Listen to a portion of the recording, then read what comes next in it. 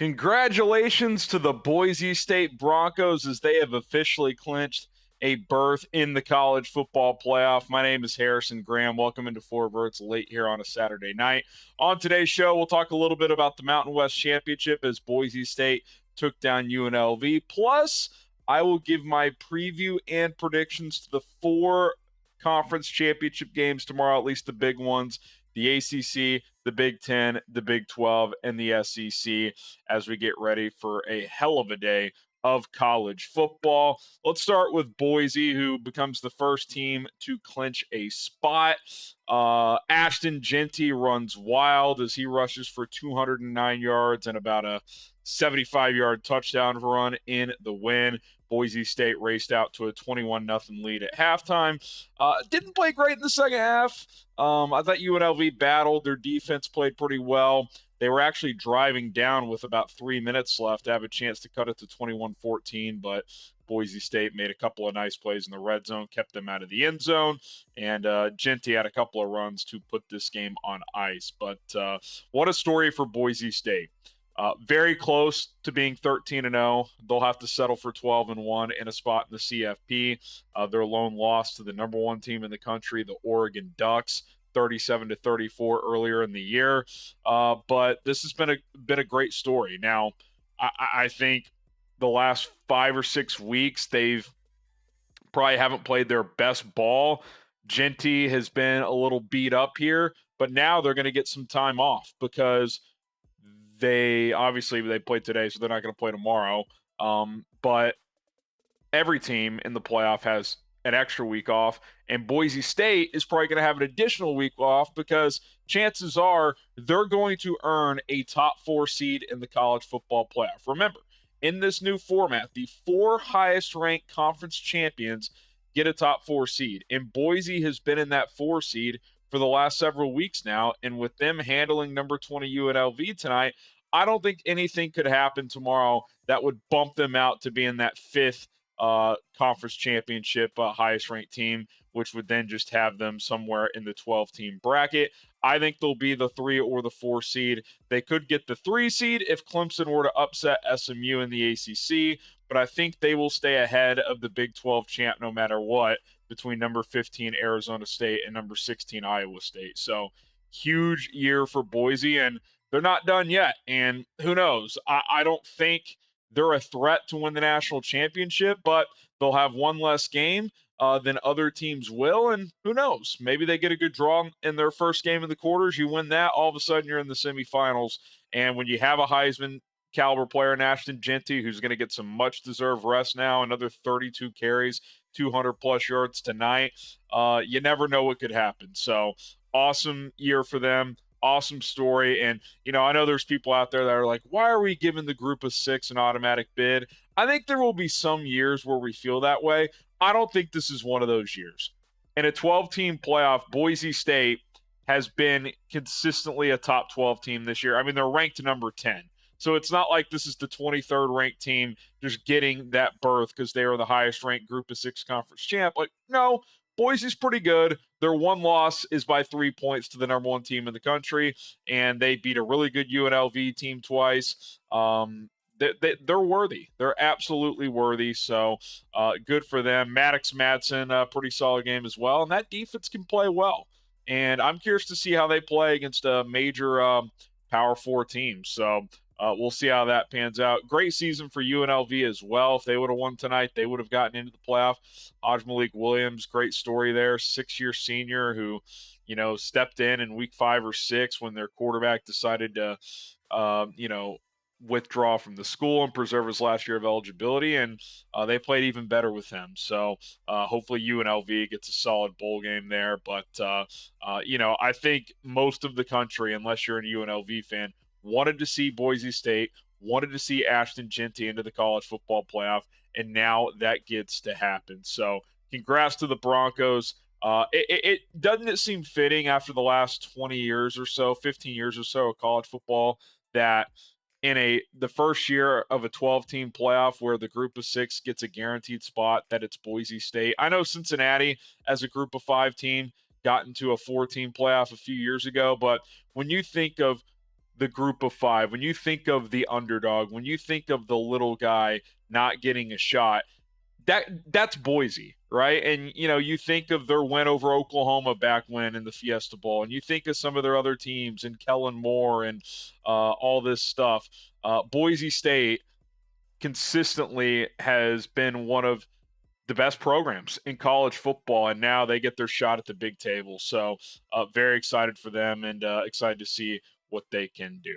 All right, before we preview some of the other big games tomorrow, subscribe to the channel because, listen, we're winding down toward the end of the college football season, but we got a lot of playoff coverage to come, NFL coverage still on a daily basis here. We'll have a reaction video tomorrow night where I will react to all the games, plus project what the 12-team bracket will look like. So don't miss out on that. We got you covered here on 4Verts. All right, let's take a look at the Big 12 Championship. Very simple here. Win and get in to the college football playoff. Lose and you're out. Big 12 just going to be a one-team bid league this year as Iowa State takes on Arizona State. The Sun Devils, the slight favorite. I'm picking ASU 28-24. I know their number one receiver is out, but Sam Levitt, second team all Big 12 at quarterback. Cam Scatabo, a running back, really good player as well. I think I think Arizona State just kind of feels like this team of destiny. They were picked dead last in the preseason poll of the Big 12. Kenny Dillingham won Coach of the Year in the conference. Well-deserved. I think he deserves some National Coach of the Year love. And I just think they're trending a little better heading into this game. Now, Iowa State's played well. They started 7-0, lost 2 in a row, won their last 3. Matt Campbell has been around for a while, and now he gets his shot to get his Cyclones into the college football playoff. I expect this game to be tight. I expect this game to be close. It would not shock me at all if Iowa State won this game. That's why I believe it will be a good game, but I just think Arizona State has been one of the hottest teams in the country. I think they win, and if you're an Arizona State, Iowa State, or just a Big 12 fan, you want Clemson to beat SMU because if that happens, the winner of the Big 12 championship should get the number 4 seed and a first-round bye in the college football playoff because Clemson would be the 5th highest-ranked conference champion in most likelihood in that situation. Okay, the SEC championship rematch of Texas and Georgia. The Horns, a 2.5-point favorite. I think Texas gets revenge here. Their one loss was at home to Georgia in the middle of the season. They did not play well in that game. That was Quinn Ewers' second game back from injury, and he struggled, especially early on. But I like Texas in this spot. Now, I know it's kind of going to be a bit of a road game. I would expect it's 60-40 Georgia fans in Atlanta in their backyard. But I think Texas fans will travel. There will be a lot of burn orange there. But I just think Texas throughout this season has been the more consistent and the more dominant team. Now, again, we saw these two teams play, and Georgia kicked their ass. I think it was 30-15. I think there's a lot of similarities to this team. Really good talent on defense, although I think Texas has been more dominant, especially up front. Good skill players on offense, well coached, quarterbacks that are very hot and cold. Although I think Quinn's been a little more consistent, but Beck's been playing better as of late. I do think this game comes down to is which quarterback plays better, and maybe more importantly, which quarterback makes less mistakes. Because both Quinn Ewers and Carson Beck are turnover prone. They really, really are. I mean, Texas last week should have run away from Texas A&M. That easily could have been 31-0, 31-3, and Quinn Ewers had an interception in the red zone and a fumble in the red zone. If he plays clean football, Texas could win this game by 10 plus. If he farts around a little bit, a couple turnovers, Georgia could win this game. We saw it happen in Austin. So I'm going to go Texas 27-23. I think they get their revenge, but I would expect Georgia to put up a big fight. And while I don't think there's any scenario where Georgia could fall out of the playoff, if they were to get blown out, it would be their third loss. You don't want to fall out of that hosting range if you're Kirby Smart because, if they lose close, they might drop a spot or two, but they'll still likely host a playoff game. They get blown out, they could fall to like the 9 seed. That's definitely a possibility. So I like Texas close. Georgia still hosts a first-round game, and then the Longhorns get a first-round bye, either the number 1 or number 2 overall seed, depending on what happens in the Big Ten Championship, which we will get to in a second. But first, let's get to the ACC. The SMU Mustangs, one of the great stories in college football this year, their first year in a Power 4 conference, one game away from an ACC championship. Clemson kind of backing their way in. They lost their final game of the season, South Carolina, an out-of-conference game, but with Miami losing, Dabo Swinney and the Tigers still get their opportunity. If they win, they will get into the playoff. If they lose, they have no shot.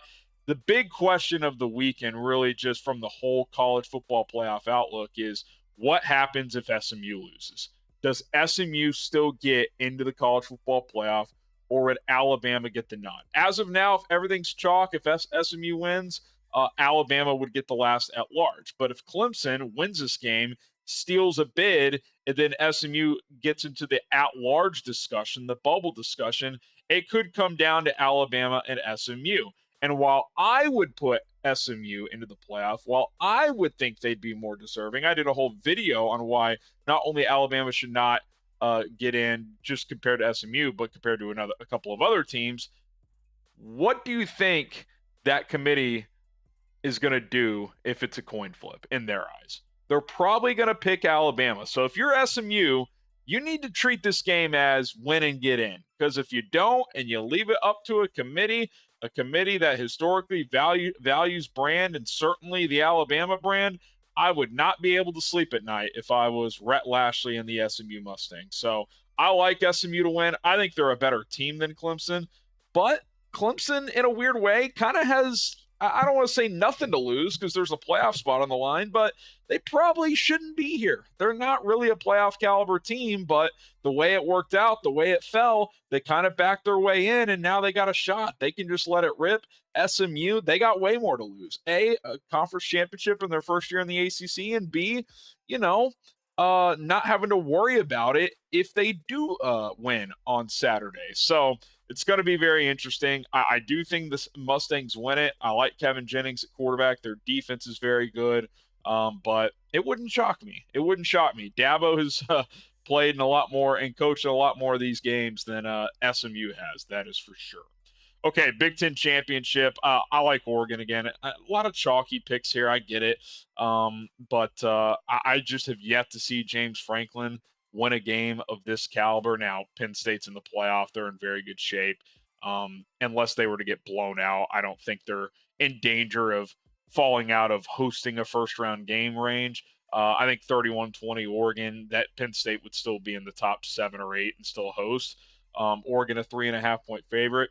I just think Oregon has a couple of ingredients in this spot. Playing indoors, which I think is key. If it was outdoors, I might feel differently, cold weather, but they're faster than Penn State. And if it comes down to who I trust to make a play or two, lead a late drive, I'm going to go Dylan Gabriel over Drew Aller. I like that, and I think I like Dan Lanning more than James Franklin. So, QB, Oregon. Head coach, Oregon. Speed, Oregon. I'm going to lean the Ducks here. If Penn State's going to win, they need to force feed Tyler Warren. They're tight end who they're trying to push as a Heisman candidate. So, wouldn't completely shock me if Penn State won this game, but I do like the Oregon Ducks. And obviously, if Oregon wins, they will be the lone unbeaten and the clear number 1 overall seed. So there you have it. Conference Championship Saturday is upon us. It's going to be fantastic. Make sure you guys subscribe. Join us tomorrow night as we will react to it all. Plus, I will give my 12-team playoff prediction, and we'll see how things all shake out. If SMU wins, really no drama. The only drama is going to be, how does the seeding play out? If SMU loses, the Alabama versus SMU discussion will be the one to watch. Hit that subscribe button. We got it all covered here on Four Verts.